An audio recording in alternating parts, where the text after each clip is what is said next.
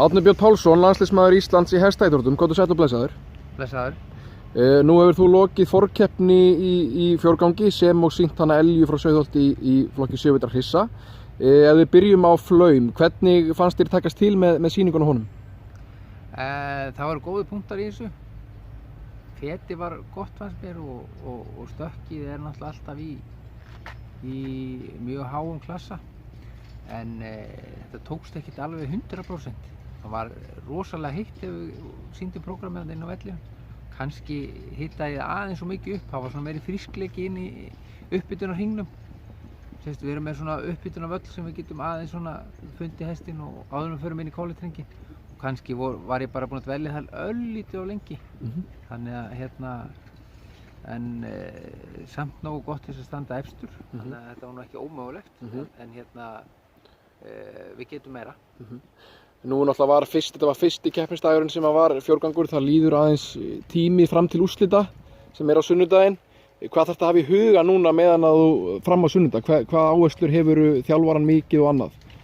Bara að reyna að halda þessari svipaðri rútínu og maður búinn að vera að gera heima við og breyta ekkert miklu og þetta bara þessi blöndaða vinna sem hann í. Vinna við hendi, hringtemming og svo halda honum ferskum og liðugum og bara hafa með sér. Gera engar stórar breytingar á því sem var áður heima?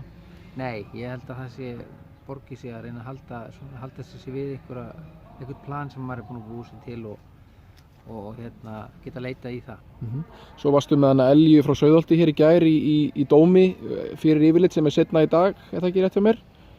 Jú, hún fór í dómi gærkvöldi og bara algjör snillingur sér hissa. Bara svona bara eðlisgæðingur og stendur einhvern veginn alltaf fyrir sínu og held ég bara eina hross mótsins sem hefur hækkað sinni einhvern frá því við voru og ánægði með þá. Hún hæststanda hross mótsins eins og og þetta bara svona náttúrugæðingur. Nói mætti til byggingadóms og átti að vera fulltrúi okkar í flokki 7 metra stóðhesta en mætti svo ekki, getur þú sagt okkur eitthvað um það? Það var gríðarleg vonbrigði að missa hann út.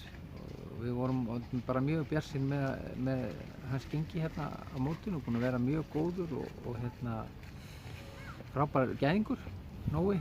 En það hefur komið einhver sýking í kjúkubót á öðrum framfæti á honum sem orsakaði smávægilega helti og ég get ekki hugsað með það að fara að leggja á hest sem ekki 100% heill og fitt og í lagi, þannig að þetta ekkert alvarlegt. Tekur einhverja daga til þess að líða hjá en leiðilegt engu að síður að vera komin alla þessa leið með svona gæðing og get ekki klárað loka metrana. Akkurat, nú kannski aðeins svona að þér, þú ert náttúrulega búinn að fylgdir hestunum út í flugi og náttúrulega búinn að eyða núna töluvert tíma hérna úti. Þarf ekki knapinn líka að huga að sínu ástandi og hvernig þá? Jú, maður þarf náttúrulega að passa upp á að éta mikið grænmeti og gera arbeigur og svona. Þetta náttúrulega auðvitað hugurinn hjá knapanum smitast í hestin og hérna náttúrulega allt fullt af öryggisvörðum og það eru reglur um allt.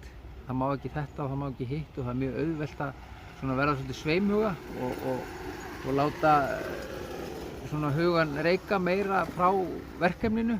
Þannig að maður þarf að halda fókus og reyna að halda sér í svona rútínu eins og ég var að tala um með hestin áðan. Maður þarf að halda sinni striki sjálfur, að vera einbeittur og ekki láta trufla sig. Maður kannski að feta með hestin framhjá einhvers staðar og það verið að taka það upp á vídeó og það svo auðvelt að missa einbeitinguna. En ef maður hugsar út í þetta þá getur maður brugðist við því.